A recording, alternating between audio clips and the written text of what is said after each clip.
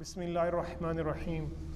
قال الله تعالى في الكتاب المجيد وفرقان الحميد: زين للناس حب الشهوات من النساء والبنين والقناطير المقنطرة من الذهب والفضة والخيل المسومة والأنعام والحرث ذلك متاع الحياة الدنيا والله عنده حسن المآب. قل لو نبئكم بخير من ذلكم للذين اتقوا عند ربهم جنات تجري من تحتها الأنهار خالدين فيها وأزواج مطهرة ورضوان من الله والله بصير بالعباد. الذين يقولون ربنا إننا آمنا فاغفر لنا ذنوبنا وقنا عذاب النار. الصابرين والصادقين والقانتين والمنفقين والمستغفرين بالاسحار. قرآن پاک کی سورہ آل عمران کی آیت نمبر 14 سے 17 میں نے آپ کے سامنے تلاوت کی. ان آیات میں اللہ تعالیٰ نے دنیاوی زندگی کی خوبصورتیاں اور آخرت کی ابدی زندگی کی حقیقت اور کامیابی کا فلسفہ مسلمانوں کے لیے بیان کیا ہے.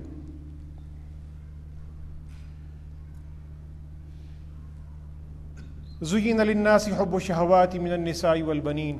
اللہ تعالیٰ کہتے ہیں کہ ہم نے خوشنما بنا دی ہیں لوگوں کے لیے نساء والبنین، خواتین، عورتیں اور عورتوں کے لیے مرد، اولاد، والقناطیر المقنطرۃ من الذهب والفضہ، اور سونے اور چاندی کے ڈھیر، والخیل المسومہ، اور تیز دوڑنے والے گھوڑے، والانعام والحرث، اور مال اور مویشی اور زرعی زمین.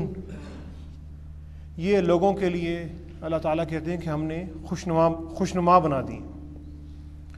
سونے چاندی کے زیورات، بڑے بڑے بینک بیلنس، تیز دوڑنے والے گھوڑے یعنی تیز دوڑنے والی گاڑیاں، بڑی بڑی گاڑیاں جو آپ کو سڑکوں پر فراٹے بھرتی ہوئی نظر آتی ہیں، مال مویشی، کارخانے، جائیداد، کریڈٹ کارڈ، پلاٹ، مکانات، شیئرز، بزنس، یہ ساری چیزیں اللہ تعالیٰ کہتے ہیں کہ ہم نے لوگوں کے لیے خوشنما بنا دی. یہ لوگوں کو بہت اچھی لگتی ہیں، ان کے دلوں کو یہ بہت چیزیں اچھی لگتی ہیں. ذالک متاع الحیات الدنیا.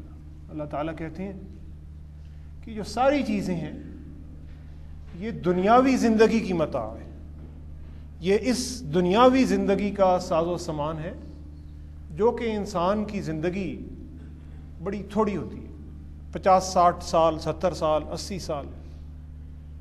اگر انسان اس کو آخرت کی ابدی زندگی سے انسان اس کا موازنہ کرے تو یہ بہت ہی تھوڑی زندگی ہے. واللہ عندہ حسن المآب. اور اللہ تعالیٰ کہتے ہیں کہ جو در حقیقت میں بہتر ٹھکانہ جو ہے وہ تو اللہ تعالیٰ ہی کے پاس ہے. تو اللہ تعالیٰ کہتے ہیں کہ آؤ میں تمہیں وہ بات بتاؤں. قل لو نبئکم بخیر من ذالکم. اے نبی صلی اللہ علیہ وسلم آپ ان سے کہہ دیجئے کہ آؤ کہ میں تمہیں وہ چیز بتاؤں کہ جو ان چیزوں سے بہت بہتر ہے. جنات تجری من تحتها الانہار خالدین فیہا. ان لوگوں کے لیے کہ جو تقوی کا راستہ اختیار کرتے ہیں، ان لوگوں کے لیے کہ جو اچھائی کا راستہ اختیار کرتے ہیں، ان لوگوں کے لیے کہ جو نیکی کا راستہ اختیار کرتے ہیں، ان کے رب نے ان کے لیے ایسی باغات اور ایسی جنتیں رکھی ہیں کہ جن کے نیچے سدا نہریں بہہ رہی ہوں گی. وازواج مطہرہ، اور ان کے لیے پاکیزہ جوڑے ہوں گے. ورضوان من اللہ، اور سب سے بڑھ کر اللہ تعالیٰ کی خوشنودی ان کے ساتھ ہوگی. اور وہاں پر وہ ہمیشہ ہمیشہ رہیں گے، یعنی سدا کی زندگی پائیں گے۔ واللہ بصیر بالعباد، اور اللہ تعالیٰ اپنے بندوں کے معاملات پر بہت گہری نظر رکھتے ہیں، وہ ان کے معاملات کو بھی جانتے ہیں اور ان کے دلوں میں اٹھنے والے وسوسوں کو بھی جانتے ہیں، اس کے خیالات کو بھی جانتے ہیں۔